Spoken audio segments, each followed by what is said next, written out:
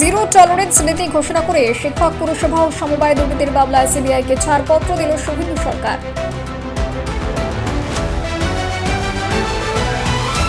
বার্ধক্য ভাতা দ্বিগুণের পথে 1,000 থেকে 2,000 টাকা করার ভাবনা শুভেন্দু সরকারের। উপকৃত হবেন প্রবীণ ও প্রতিবন্ধী নাগরিকরা রাজ্য জুড়ে।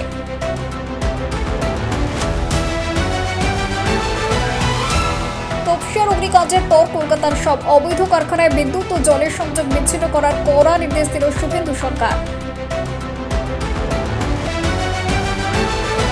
নির্যাতিতার দেহের দ্বিতীয় ময়নাতদন্তে বাধা ও তৈরি দেহদাহের অভিযোগ তুলে প্রাক্তন বিধায়ক নির্মল ঘোষ সহ 3 জনের গ্রেপ্তারির দাবি নির্যাতিতার পরিবারের।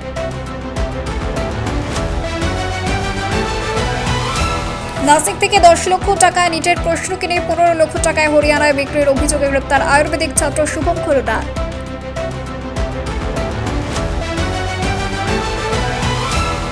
গণতন্ত্র, মানবাধিকার ও তাইওয়ান সহ 4 ইস্যুতে আমেরিকাকে কড়া বার্তা দিল চীন। ট্রাম্প সফরের আগেই বাড়ল কূটনৈতিক চাপ।